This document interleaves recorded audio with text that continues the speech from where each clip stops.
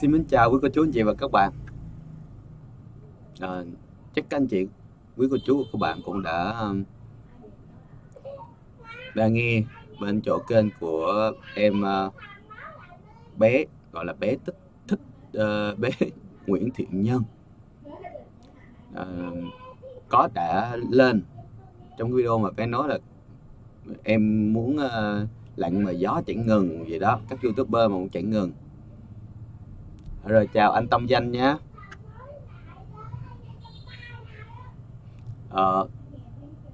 Phải nói rằng em vẫn còn có một cái suy nghĩ, thực sự bé vẫn còn có một suy nghĩ là thật sự là bé nói đúng, bé đúng hết, nhưng mà vì mọi người, vì khán giả yêu mến bé, khuyên bé xóa cái video mà nói xấu sai lầm của thầy Thích Thiện Từ. Nếu anh chị thấy cái đó thì mới thấy được rằng là thực sự là phải nguy hiểm lắm các anh chị. Dạ, Nguyễn xin chào anh HNT. Nguyễn Sinh đã có clip đã có một cái clip gọi là gì, phản pháo của cháu bé 10 tuổi, nói về 10 cái sai lầm của bé Nguyễn Thiện Nhân. Thì anh chị cũng có thể qua kênh Nguyễn Sinh Official để mà xem. Ở đây mình nói một câu mà thực sự là không hiểu gì sao người lớn, cha mẹ hoặc là cái người đứng sau cái video đó, quay video đó để cho bé nói cái câu này, mình thấy tội quá.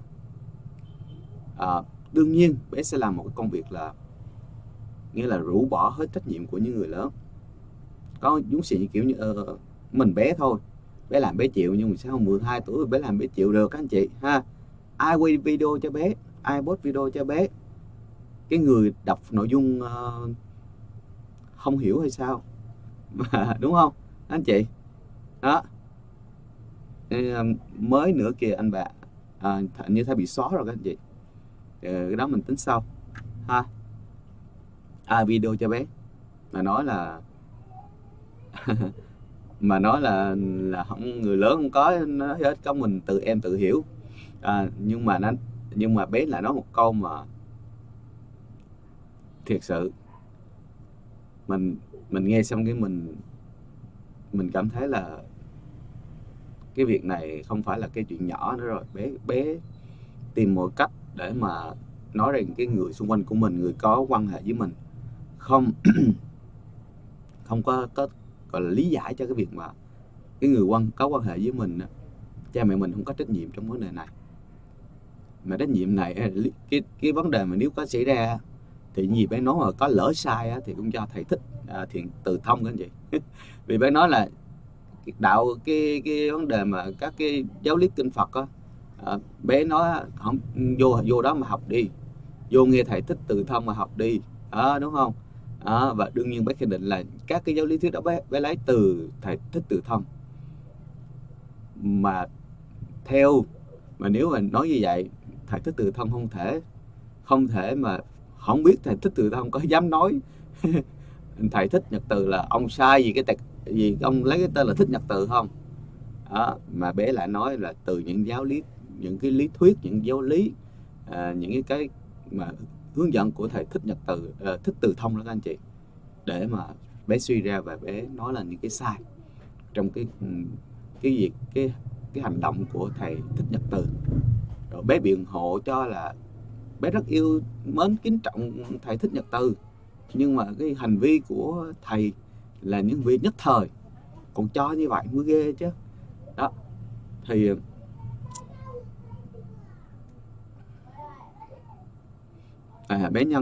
bé nhân ngộ nhận là đã hiểu đúng pháp. Thì cái điều này sẽ có tới hai vấn đề các anh chị. Một là người lớn đã cố tình nói cho bé, để bé sẽ tìm cách để mà đứng sau câu chuyện này. Người lớn không có trách nhiệm gì hết, là một vấn đề mà chúng ta cần xem liệu cái vấn đề này để từ đó đẩy cái vấn đề này cho người khác anh chị, đẩy cho ông thầy Thích Từ thông là ông là cây nguyên ra hết, Vậy nếu ông thầy Thích Từ Thông mà nghe nói vậy, không biết ông có dám dạy kinh nữa hay không? Ông có dám mà đưa ra cái gì ngón tay chỉ nguyệt nữa không? Cái điều này á, là một cái điều mà phải nói là thiệt là quá hay các anh chị. Mới chút xíu à là biết cách. Nếu mình đặt một giả thuyết nha, cha mẹ bé không biết gì hết, người lớn không biết gì hết, chỉ có bé với cái người mà quay phim đó biết thôi, ví dụ vậy thôi, cha mẹ hoàn toàn không biết gì hết, lo công ăn việc làm đó, thì cái kế này là cách bé lý giải kiểu này là quá hay các anh chị. Dạ chào màu cô, cách này công nhận bé lý giải quá hay. Có nghĩa là lỗi, mà nếu mà có lỗi hay là có những gì diễn giải của bé mà không đúng là cái giáo lý đó bé tiếp thụ từ thầy Thích Từ Thông, mà đó không phải là lỗi của bé. Nếu có lỗi thì có lỗi do ông thầy Thích Từ Thông giải thích thôi, bé hiểu thôi đó. Đó là cái nguy hiểm nhất mà Khôi thấy là nếu cứ tiếp tục như thế này, bé sẽ lớn lên không biết bé lại như thế nào. Biết cách để chọn lựa nhưng mà hướng rất tiêu cực các anh chị. Nghe mình nghe hết hồn, mới có chút xíu mà nghe là hết hồn các anh chị. Không ngờ là thầy Thích Từ Thông đã gieo cái nghiệp lớn quá. Nếu mà có bất cứ lỗi gì thì thầy Thích Từ Thông là người chịu tội hết các anh chị.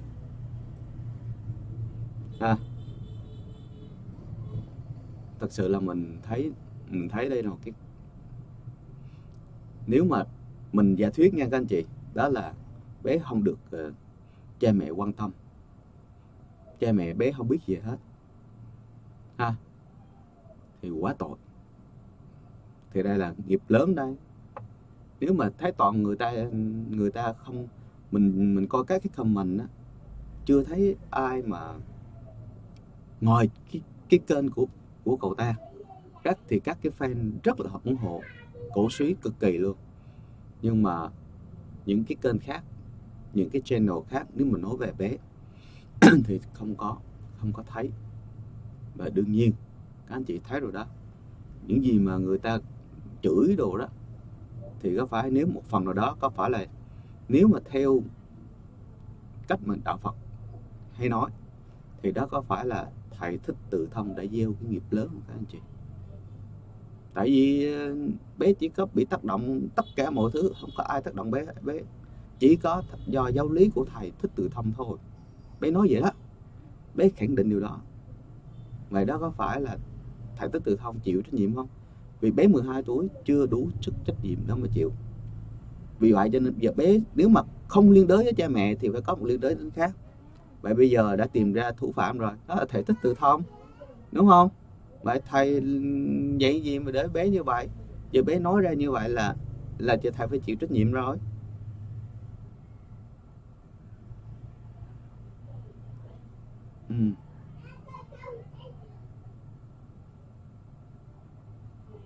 Đó, bạn giao thông nói đó là chiêu mượn gió bẻ măng, dùng gậy đập lưng ông. Đâu có đâu, cái chiêu này là nếu mà đúng ra gọi là gấp lửa bỏ tay người đó anh chị.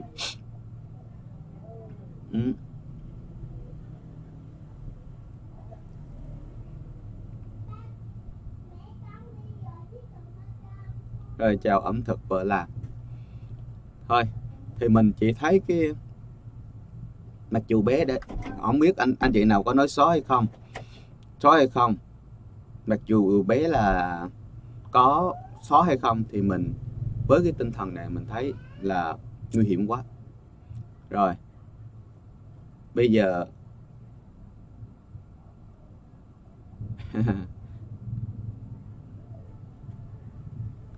bạn đang tin lời thằng con đó không? Nghĩ sao với bạn? Arsenal fan nghĩ sao vậy bạn?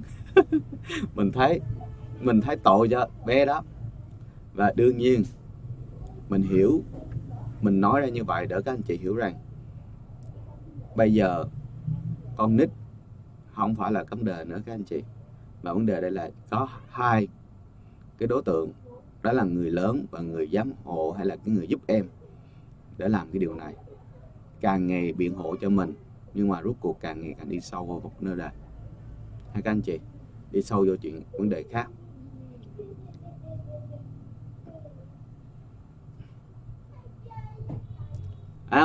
Mình đặt ví dụ, mình đặt câu hỏi, mình đã nói giả thuyết rồi. FC Arsenal fan, mình nói đặt giả thuyết nếu mà cha mẹ không có biết gì hết, người giám hộ cũng không biết gì luôn, chỉ có người lớn, cái người mà giúp bé quay video á, ghi hình rồi up lên thôi, người đó cũng không hiểu gì hết luôn, thì không phải là rõ ràng bé nói là bé học lý thuyết của thầy đó, và bé lên bé nói những điều đó là bé dựa vào cái lý của thầy hết, thì không phải là thầy vô tình đã tạo ra nghiệp đúng không?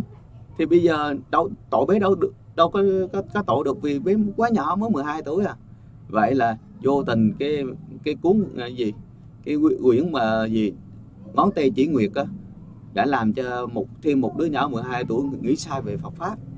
Thì không phải không các anh chị? Đó là mình nói giả thuyết các anh chị ha. Mình ra một giả thuyết như vậy. Vậy vì cái giả thuyết đó đúng không? Nếu anh chị cho rằng giả thuyết đó đúng thì lúc đó thầy Thích Từ Thông mới có lỗi. Còn bây giờ giả thuyết đó nó sai thì rõ ràng là tự nhiên là thầy Thích Từ Thông không có lỗi nếu anh chị cho rằng giả thuyết đó sai, đúng không? Giờ trong các anh chị đang chia sẻ với Phát Huy ở trên online ở đây, các anh chị có cho giả thuyết rằng là bố mẹ không biết gì hết, bố mẹ không biết gì hết, người thân cũng biết gì hết, giám hộ cũng biết gì hết, chỉ có cái người up video, ngay cả người up video quay cho bé, quay video cho bé cũng biết gì luôn, chỉ có bé biết thôi, thì cái lỗi này có phải do chắc là do thầy Thích Từ Thông đúng không các anh chị? Vậy giả thuyết này anh chị có cho đúng không? Em đặt ra một giả thuyết đúng không các anh chị? Vậy theo anh chị cái giả thuyết có đúng không các anh chị? HNT nói cái này do bé tự ngồi nhận thôi, để thầy Thích Từ Thông cho giải người có căn cơ. Đúng rồi đó, thì em đưa ra một giả thuyết, còn các anh chị có thể là bác cái giả thuyết đó, anh chị nói rằng là giả thuyết đó đúng, là giả thuyết đó sai. Nếu anh chị giả thuyết đó đúng thì rõ ràng là như vậy, A đúng thì kết quả nó ra B, còn nếu A không đúng thì không thể ra kết quả B, đúng không các anh chị? Đó, hầu hết tất cả các video của Phát Huy đều diễn giải theo một giả thuyết, đặt ra một giả thuyết như vậy để chúng ta cùng xem thử giả thuyết nó đúng hay không. Đó, mục đích là để chúng ta rút ra được bài học, coi thử đằng sau cái giả thuyết đó là cái gì. Đó, thì các anh chị không tin thì các anh chị cứ xem hết tất cả những video Huy đang trình chiếu trên cái kênh Hello Sài Gòn. Đó, thử xem thử Phát Huy có đặt giả thuyết thường xuyên hay không, để chúng ta biết được là cái nào là đúng, cái nào là sai, cái phần định đúng. Về FC Arsenal fan chuẩn đấy. Mình không định hướng dư luận nha các anh chị, mình chia sẻ và đương nhiên mình sẽ đưa ra một cái giả thuyết cho các anh chị. Còn các anh chị chấp nhận và các anh chị không chấp nhận, vấn đề là tùy thuộc vào khả năng đó cho các anh chị thôi, chứ Phát Huy không nói Phát Huy đưa ra giả thuyết để các anh chị thử chọn. Còn đối với Phát Huy, giả thuyết Phát Huy đưa ra để cho chúng ta coi thử. Vậy nếu mà lật ngược lại, không phải cái đó, không phải giả thuyết đó không đúng, thì rõ ràng phải coi lại vì sao thiền nhân lại nói như vậy, đúng không các anh chị? Còn đối với Phát Huy thì đương nhiên giả thuyết đó Phát Huy không chấp nhận. Không thể nào mà cha mẹ mà vô trách nhiệm như vậy, đến mức mà không biết gì hết luôn, đúng không các anh chị? Nếu anh chị cho rằng là Phát Huy nói rằng là cha mẹ cùng quan điểm với Phát Huy, thì các anh chị có thể ở trên này có thể chia sẻ Phát Huy trên cái comment trên này nhé. Rồi, đó là một trong những cái mà Phát Huy muốn chia sẻ đến các anh chị, để các anh chị biết rằng sau những câu nói như vậy thì chúng ta phải thật sự cẩn trọng.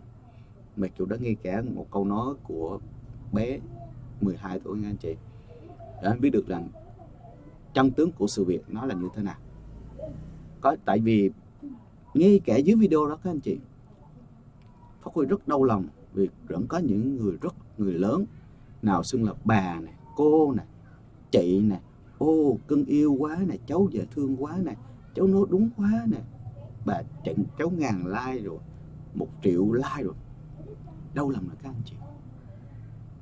Sự cổ suý của người lớn khiến bé vẫn không thể nào nghĩ rằng là bé đang ở một cái độ tuổi lớn, ăn chưa no, lo chưa tới.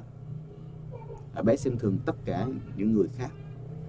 Đó là một cái sự cổ suý rất tệ của cái người lớn các anh chị, của cái người lớn. Nếu chị không tin, các anh chị vô coi cái comment ở dưới. Đau lòng lắm các anh chị. Đó, đau lòng lắm, bởi vì người lớn đã cổ suý cho cái mà bé đang làm.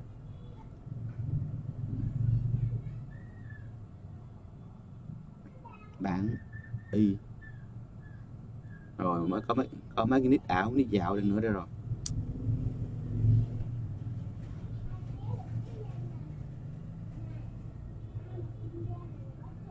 Tóm lại đưa ra dạng chúng sinh của các bé phải kèm theo giấy nhập, không có liên quan gì tới tác phạm văn nhá.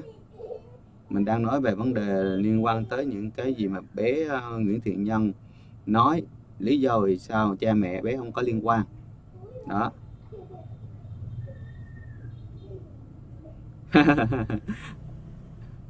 Thì vậy các anh chị cũng may quá, mừng quá, các anh chị đã thấy rồi đó.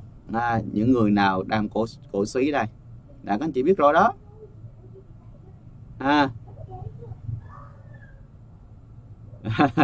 Cảm ơn FC Arsenal fan. Rồi các anh chị hãy xem nhé, đó, coi thử là ai đã cổ suý cho bé Thiện Nhân, là biết liền, có gì đâu. Rồi bé giỏi. Rồi đó, anh chị cứ coi comment rồi các anh chị biết ai sẽ cổ suý cho bé. Hay các anh chị, còn em nhất định em không cổ suý cho vụ này, em hứa luôn không cổ suý đâu, vì điều này không đúng chút nào hết. Mình không cổ suý được, với cái lương tâm như vậy mình không cổ suý được các anh chị. Và khuyên các anh chị, những người lớn rồi, đừng để bé dẫn dắt bé vào một cái chuyện của người lớn mà không nên, là cái thứ nhất. Cái thứ hai, đừng cổ suý cho những hành động mà nó chưa có kiểm nghiệm, và nhất là những hành động mà trẻ em mà lớn mà đi xúc phạm những người khác các anh chị. Đừng cổ suý hành động đó, không biết nó đúng hay sai, chưa biết nha các anh chị. Nếu các anh chị không thích một nhân vật nào đó hay một ai đó thì các anh chị cứ tự mở máy lên, bấm máy lên quay rồi nói, chứ đừng có dùng bé để cổ suý những cái vấn đề mà các anh chị cho là bé nói đúng hay không nói sai. Vì đây là bé còn quá nhỏ, bé không phải là chịu trách nhiệm cho vấn đề của mình nói được. Đó, mình muốn nhấn đến các anh chị, những cái fan mà hâm mộ bé Thiện Nhân, hãy đừng cổ suý bé, để cho bé trở về đúng giá trị của bé. Bé trở là một thiên tài trong lĩnh vực có thể là âm nhạc sáng tác, nhưng bé không thể là một thiên tài về vấn đề cổ suý và vấn đề chê trách người lớn trên mạng xã hội. Cảm ơn các anh chị đã chia sẻ và cùng đồng hành với Phát Huy trong cái thời gian qua. Hẹn gặp lại các anh chị trong buổi chia sẻ tiếp theo của Phát Huy trên kênh Hello Sài Gòn. Xin chào.